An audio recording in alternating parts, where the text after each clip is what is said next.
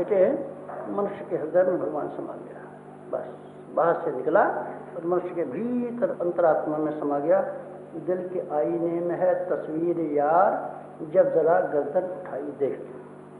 अयम आत्मा ब्रह्म प्रज्ञानम ब्रह्म चिदानंदोहम सच्चिदानंदोहम शिवोहम, सारे के सारे सूत्रों में एक ही बात दिखाया है कि हमारा अहम अगर इसको शुद्ध बना दिया जाए तब, निकम्मा नहीं, निकम्मा नहीं। निकम्मा अहम जब बोलेगा तो घमंडी हो जाएगा, रावण के तरीके से बोलेगा मैं, और बकरा चिल्लाता है मैं।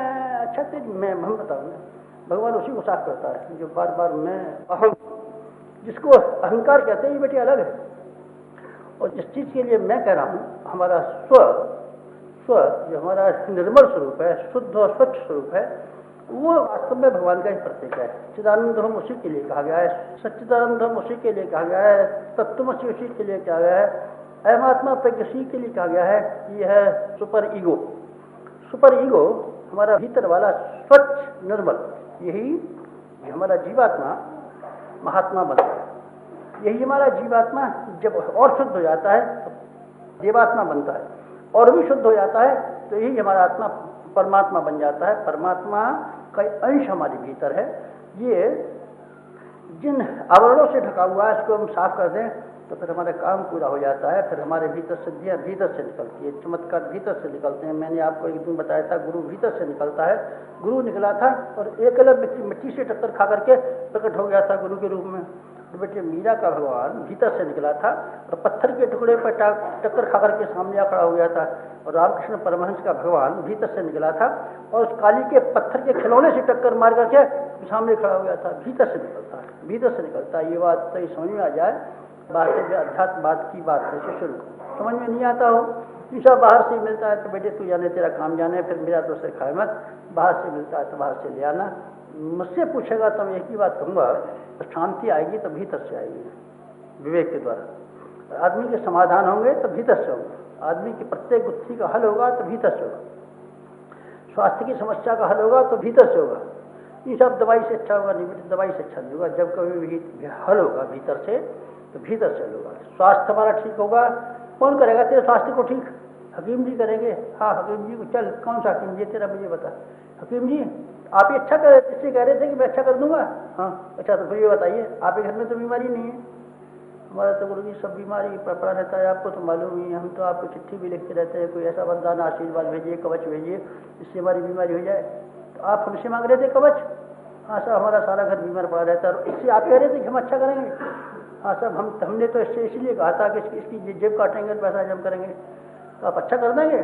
गुरु जी ऐसे हम अच्छा कर देते तो फिर एक बीमारी को एक हकीम अच्छा कर दे तो फिर समझना चाहिए सारी दुनिया की दौलत उसी के पास आ जाए। आप जुकाम अच्छा कर दिया कि चलिए एक डॉक्टर ऐसा लाइए जो ये दावा कर सकता हूँ मैं जुकाम अच्छा कर सकता हूँ, चलिए एक फुंसी अच्छी करवा दी। ये दावा करा कि फुंसी के पास ऐसी दवा है और हर फुंसी को अच्छा कर सकते हैं, कोई है नहीं। मारते रहते हैं, तुक्का मारते रहते हैं, लग गया तो तीर, नहीं तो तुक्का मारता रहता है। मरीज भी झक मारते रहते हैं, एक इसके पास गया फिर कल उससे अच्छा नहीं हुआ तो होम्योपैथ वाले के पास गया, होम्योपैथ वाले से नहीं हुआ तो एलोपैथ वाले के पास गया, एलोपैथ वाले से नहीं गया, फिर सारी जिंदगी वो झक मारते रहते हैं और जेब कटाते रहते हैं। तो हकीम के पास नहीं बेटे, कोई हकीम के पास नहीं। और ताकत की अगर आपको जरूरत हो कि हमको ताकत चाहिए तो कहाँ से ताकत आ जाएगी? ताकत बेटे तू कहीं चला जा, कहीं ताकत की कोई दवा नहीं है। मीर साहब वो कह रहा था केमिस्ट, क्या कह रहा था केमिस्ट? जो कह रहा था मेरे पास ताकत की बड़ी बड़ी दवाइयाँ हैं। कौन सी दवाइयाँ हैं जरा नाम बताना साहब। ये है एक चली है बड़ी ताकत की दवाई है, उसमें वो रहता है प्रोटीन क्या होता है? प्रोटीन गुरु जी बड़ी ताकत की दवाई होती है, और खा करके आदमी प्रोटीन से ऐसा हो जाता है, भैंसा जैसा, हाथी जैसा। अच्छा क्या नाम है प्रोटीन का? इस प्रोटीन का नाम है प्रोटीनक्स, अरे तेरी का है। ऐसे बड़ी बड़ी दवाई किस नाम का आता है बेटा? मेरा भी मन है नक्स तो मेरे लिए तो लाके दे दे। लाके दे दिया डिब्बा, अच्छा भाई ये खाया बेटे, इससे तो कुछ होता नहीं है। तो उसकी दुकान पर से खरीद के लाया है, मैं उसकी लाया हूँ केमिस्ट की दुकान पर। चल केमिस्ट की दुकान पर लेके चल। इसी से खरीदा था? हाँ इसी से खरीदा है। क्यों भाई साहब ये बात बताइए कि आपके ये सारे के सारे गाल पिचके हुए हैं, ये आपने ये प्रोटीन लक्ष्य खाया कि नहीं खाया? अरे तो ढेरों डिब्बे खा लिए तो बेकार की बात है, कुछ नहीं होता। आपका बेटा हड्डी निकल रही है हमारे बेटे की, तो और औरत की तो बस मांस है ही नहीं है और हड्डी निकल जाती हैं। सारा घर आपका कमज़ोर है, फिर ये आप प्रोटीन क्यों नहीं खिलाते? महाराज जी हमने तो बहुत खिला लिया, खिलाने के बाद में हमारी औरत तो कहती है इसको फोड़ के फेंक दो शीशी को, मेरे पास लाए तो मैं दीवार से दे मारूंगी, मैं नहीं खाती। तो इससे आपने 12.5 रुपये का एक वसूल कर लिए। 12.5 रुपये तो हमने इसलिए वसूल कर लिए। बेटा इसमें क्या है, सही सच बता दिया इसमें क्या है। गुरुजी इसमें कुछ भी नहीं है, आटा है। सोयाबीन क्या होती है? सोयाबीन गुरुजी मटर का आटा है पिसा हुआ। आप तो सोयाबीन नहीं जानते, मैं तो नहीं जानता।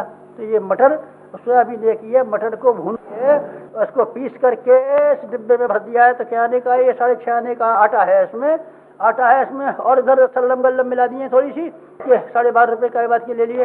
ये गुरुजी विज्ञापनबाजी के दाम ले लिए, केमिस्टों की दवाई के ले लिए, फलाने ले लिए। इसमें सोयाबीन का आटा कुछ भी नहीं है। तेरे का ताकत कैसे आएगी बेटे? इन केमिस्टों की दवा से तेरी कभी नहीं आएगी, आ सकती है, लाख वर्ष में आ सकती है। और न तेरे भीतर से दवाइयों का निराकरण, रोग का निराकरण कभी हो सकता है, न आज निराकरण हो सकता है, न लाख वर्ष में निराकरण हो सकता है। तो कब होगा? क्योंकि भीतर से बीमारियां पैदा होती हैं, भीतर से शांत होंगी। कीचड़ जब सड़ती है तो मच्छर पैदा होते हैं, मक्खियां पैदा होती हैं, कीड़े पैदा होती हैं, और जाने क्या क्या पैदा होता है, असंख्य चीजें पैदा होती हैं। कब? जब सड़न पैदा होती है। सड़न को जब तक कीचड़ आप बंद नहीं करेंगे, मच्छर आप रोज मारिए। मच्छर कल अभी हमने मारे थे, कितने मारे थे ने साहब? कल तो सारे दिन बैठा रहा, मैंने मच्छरों को मारा, मक्खियों को मारा। मार कितनी मच्छर को मारेगा? जितनी तू मारेगा से दून रोज पैदा हो जाएगी। गंदगी को साफ कर। मित्रों क्या करना पड़ेगा? हमारे भीतर से समस्या उत्पन्न होती हैं। स्वास्थ्य की समस्या का कभी समाधान करना पड़ा आपको अपने भीतर से करना पड़ेगा, बाहर से नहीं। आपको अगर दीर्घजीवी बनना पड़े कभी, तो आपका संयम आपको कराएगा। और कोई दुनिया में ऐसा नहीं है जो आपको दीर्घजीवी बना सके, जो निरोग बना सके, स्वस्थ बना सके। आपकी पारिवारिक समस्याओं का हल, पारिवारिक समस्याओं का हल बेटे हमको नहीं मालूम है कहाँ से हल हो सकता है, पर मेरा जहाँ तक अपना ख्याल है ये होगा कि हमको पहले अपने आप को सुधारना पड़ेगा, तब हमारे घर वाले सुधरते हैं। लड़कियाँ हमारे यहाँ खिलौने बनाती रहती हैं अक्सर। आज क्या बना रही हो लड़कियों? आज तो गुरुजी बना रहे हैं मोर, मोर बन गए, मोर बना दिए। कल वो बनाती हैं बंदर। कल तो मोर बना रही थी, आज ये बंदर क्यों बना रही हो? तुम तो कभी मोर बनाती हो कभी बंदर। गुरुजी हमारे पास ठप्पे हैं, ठप्पे पर जो मिट्टी लगा देते हैं वैसे बन बना के हो जाते हैं। मोर को मोर का ठप्पा बना दें, बंदर को बंदर बना दें, जो कहे सो या बना दे, हाथी बना देंगे हम तो। कल कैसे बन जाते हैं बेटी? ठप्पे कैसे बनते रहते हैं, हमारा कुटुंब कैसे बनता रहता है। हमारी ठप्पे, हमारे सांचे प्रतिक्रिया पैदा करते हैं, हमारे सांचे प्रतिक्रिया पैदा करते हैं। हमारा जैसे स्वभाव है, जैसे हमारे गुण हैं, जैसे हमारे कर्म हैं, संतानें उस हिसाब से बनती हैं। सारा परिवार हमारा उस हिसाब से बनता है। अगर परिवार के संचालकों का दृष्टिकोण ऊंचा हो, परिष्कृत हो, फिर आप देखिए क्या से क्या नहीं बनता। विनोबा भावे की माँ के बच्चे थे, तीन बच्चे थे, और 3 बच्चों के लिए विनोबा भावे की माँ ने ये कहा, बेटे तुम लोग ब्रह्मज्ञानी बनना। तीनों के तीनों बच्चों ने कहा, माता हम आपकी आज्ञा ही मानेंगे। तीनों के तीनों ने माता की आज्ञा अनुसार ब्रह्मज्ञानी होना स्वीकार कर लिया। एक ब्रह्मज्ञानी का नाम विनोबा भावे, एक ब्रह्मज्ञानी का नाम विठोबा भावे, एक ब्रह्मज्ञानी का नाम बालकोबा भावे। तीनों के तीनों ही बच्चे आरंभिक जीवन से माता की आज्ञा अनुसार लेकर के ब्रह्मज्ञानी हो गए, और सारे जीवन भर उन्होंने ब्रह्मज्ञानी का जीवन जिया। माँ ने हमको आज्ञा दी थी, तो ब्रह्मचार्य पर कैसे अब हम कैसे भी शादी कर सकते हैं? आगे माता की आज्ञा मानने वाला क्यों साहब? गुरु जी हमारा भी बेटा ऐसा पैदा हो सकता है जो माता की आज्ञा माने। बेटा तेरा नहीं हो सकता, तेरा नहीं हो सकता। तेरे यहाँ तो औरंगजेब और शाहजहाँ पैदा होंगे, जो तुझे बुढ़ा हो जाएगा तो जेल खाने में पैदा करके मार के सड़ा करके तेरे कछुमन निकालेंगे। तो महाराज जी विनोबा की क्यों माँ क्यों हो गया? विनोबा की माँ का व्यक्तित्व ने देखा कि नहीं देखा? विनोबा की माँ के पास एक पड़ोसन एक अपना बच्चा दे गई थी। ये तीर्थ यात्रा के लिए चली गई थी, 7 साल का बच्चा था। ये कह गई थी, बहन 6 महीने बाद में आऊँगी इस यात्रा से, तो 6 महीने मेरे बच्चे को पाल देना। बहन तू चली जा, जैसे अपने बच्चे को पालूंगी उससे अच्छी तरह तेरे बच्चे को पालूंगी, तेरे कोई कष्ट नहीं होने दूंगी। पराया है नहीं बेटे, चला गया। चली गई, बच्चा उसके पास रह गया। बच्चा रह गया। विनोबा ने एक दिन अपनी माँ से ये पूछा, माँ इसका क्या कारण है? हम ये भी और ये तो दोनों भाई जैसे हैं, भाई भाइयों में जैसे प्रेम भाव रहना चाहिए, समानता तुझे देखनी चाहिए कि सब बच्चों को समान मान। तू ये करती है कि इस बच्चे को गर्म रोटी खिलाती है, हमको ठंडी खिलाती है। इस बच्चे की रोटी चपड़ देती है, हमको रूखी रोटी दे देती है। ये तो पराया है, इसको तो कम देना चाहिए था, हमको ज़्यादा देना चाहिए था। नहीं बेटे समझता नहीं, ये पराया बेटा है। पराया बेटे का मतलब होता है भगवान का बेटा, ये भगवान का बेटा है और तू हमारा बेटा, तू हमारे पाप से पैदा हुआ है और ये पुण्य से पैदा हुआ। तो हमने वायदा दे करके, वचन दे करके इसकी माँ को भेजा था, इसलिए हमको वचन को पूरा करना पड़ेगा। तेरे ऊपर हमारा अधिकार है, ये भूखा भी रख सकते हैं। तो माँ ठीक है, ये भगवान का बेटा है। हाँ बेटी, ये भगवान का बेटा है। कभी आपस में लड़ना झगड़ना हो तो तीनों भाई लड़ लेना, इस भगवान के बेटे से मत लड़ना कभी। नहीं माता जी, आपका आज्ञा मानेंगे। ऐसी संस्कारवान अगर माताएं पिता अगर हों तो स्वयंभू मनु और शत्रुपा रानी के तरीके से आपके घर में कुटुंबी बनेंगी और बढ़ेंगी और आप विकसित होंगे तब कुटुंब को बना सकते हैं। कैसे बनाना चाहता है? मैं वहाँ ऐसे बनाऊंगा कि मैं पब्लिक स्कूल में पढ़ने भेजा करूँगा। पब्लिक स्कूल कैसा होता है? पब्लिक स्कूल गुरुजी ऐसे कहते हैं जिसमें 400 रुपया महीना छोटे बच्चों की पढ़ाई का देना पड़ता है और वहाँ ये सब सिखाते हैं। क्या सिखाते हैं उसमें सिखाते हैं एटिकेट। एटिकेट कैसा होता है?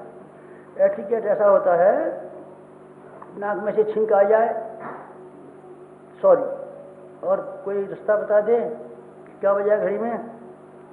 3:30 बजे है, thank you very much. Much क्या होता है? अरे साहब आप जानते नहीं है क्या होता है मच? मच बहुत जोर का होता है। अच्छा, हाँ, ये क्या है? ये क्या मेरे समझ नहीं आया। सॉरी क्या होती है और ये वेरी मच क्या होती है?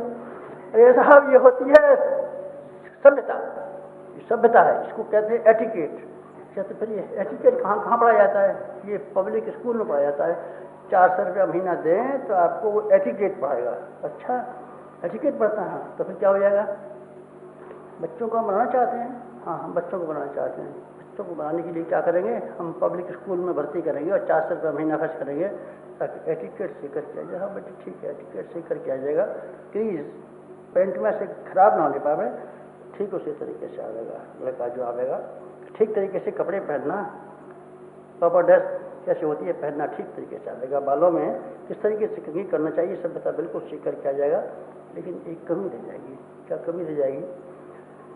जब एक इसी तरह का बच्चा बड़ा हो गया, जब इंजीनियर हो गया पब्लिक स्कूल में पढ़ने वाला, और जब 650 रुपया की तनख्वाह से उसकी शुरुआत हुई, तब बाप ने कहा बेटे हमने तुझे बड़े मन से पढ़ाया था और ये लगाया था, तू बहुत ऊंची जगह शिक्षा प्राप्त करके आएगा तो अपने भाइयों को संभालेगा, बहनों को संभालेगा।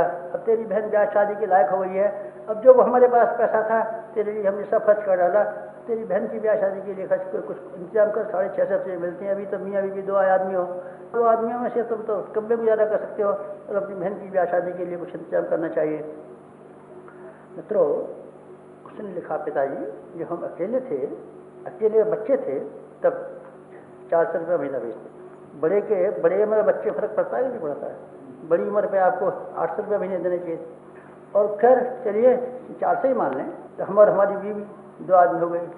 बच्चे ही मानिए, चलिए हम आपके साथ रियायत करते हैं। बच्चा हम बच्चे ही अभी तक और हमारी औरत भी बच्चा है।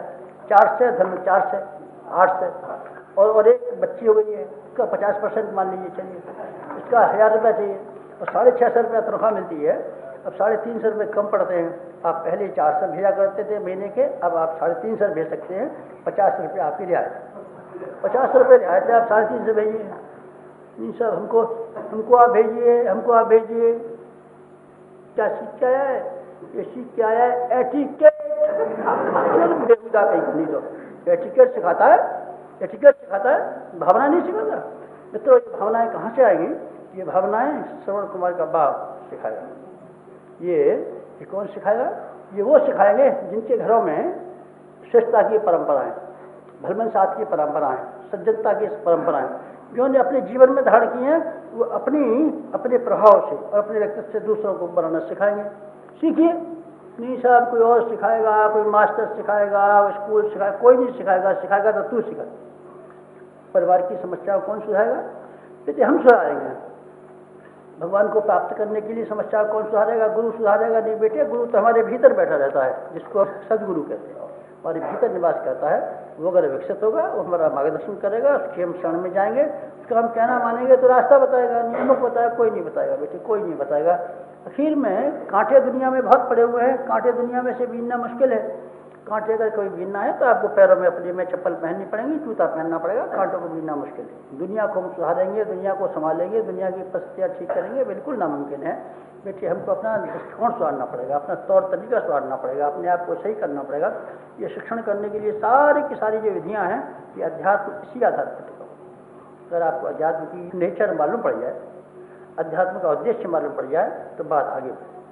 अभी तो मैंने ये बताया था कि अध्यात्म से समस्या का समाधान होता है। अब मैं ये कहता हूँ अध्यात्म का मतलब अब अपने आप का संशोधन, अपने आप का परिष्कार करना, किसी के सामने नाक रगड़ना या किसी की खुशामद करना या रिश्वत देना, जैसे कि आम लोगों का ख्याल है, ये अध्यात्म का उद्देश्य नहीं है।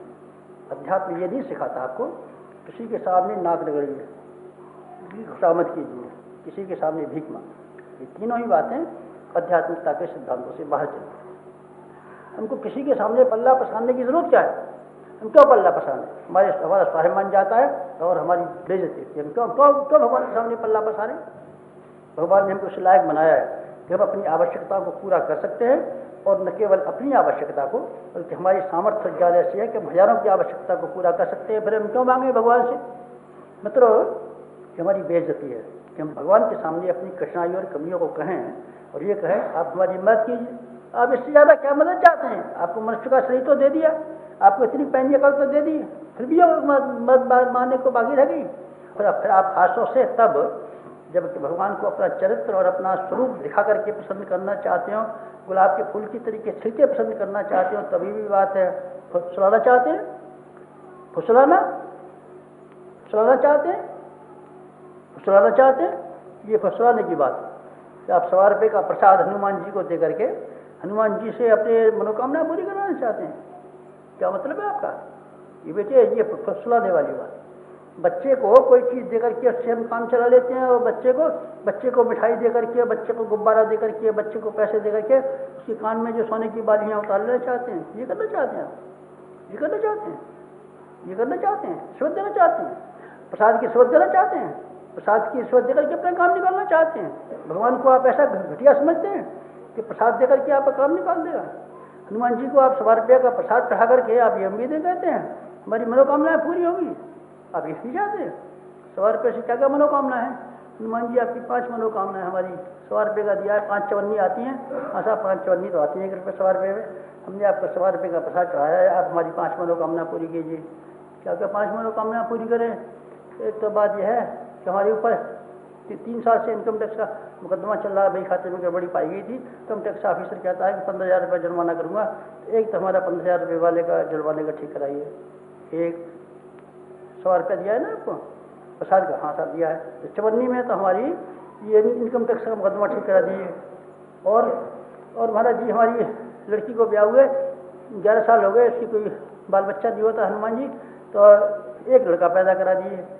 तो फिर आपकी एक चवन्नी में लिखा, हाँ एक चवन्नी उसके नाम की है, क्या कि हमारी लड़की के बेटा पैदा हो जाए। और एक चवन्नी हमारे ऊपर इनकम टैक्स का मुकदमा चलता है, उसका है। दो चवन्नियाँ तो हो गई, अभी और चवन्नियाँ बाकी रहेगी 3 आपकी 100 रुपये के प्रसाद में से वो किस काम की है?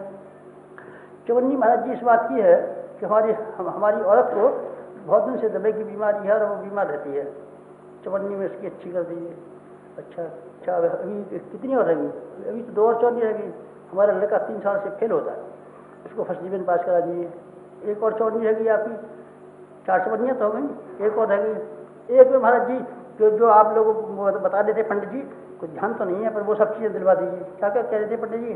स्वर्ग कह रहे थे, मुक्ति कह रहे थे, शांति कह रहे थे, परलोक कह रहे थे, भगवान का दर्शन कह रहे थे, आत्मा का साक्षात्कार कह रहे थे, तेरे का वो सबरी लकड़म झड़म वो एक चवन्नी दिलवा दीजिए।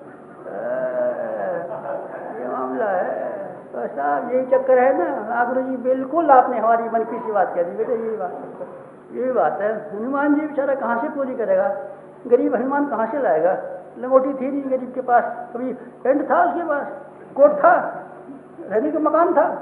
अपने पास तो रहने को मकान नहीं, अपने पास तो कपड़े पहनने को नहीं, अपने पास तो हजामत बनाने के लिए ब्रेड नहीं, बस वही दाढ़ी बंदर किसी यहाँ से और रखी पड़ी रही नारी को जाने के लिए। ठंडी ठंडी पास में नहीं महाराज जी, बाल बच्चे हमारे पैदा करते बेटे, बाल बच्चे तब पैदा करते जब हनुमान जी ऐसा ही होता तो अपना ब्याह कर लेता और अपने बाल बच्चे पैदा कर लेता।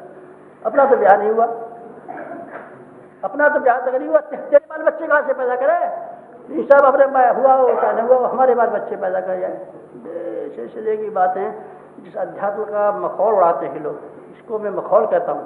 जिस अध्यात्म की दिल्लगीबाजी कहता हूँ, जिसको मैं अध्यात्म का तिरस्कार कहता हूँ, और जिसको मैं अध्यात्म की अवमानना कहता हूँ, अवहेलना कहता हूँ, सारे जमाने में यही फैल गई। अगर आप इसको छोड़ें तो फिर मैं एक नए रास्ते बताऊँगा आपको, जिसमें कि आप निरंतर उठते हुए चले जाए।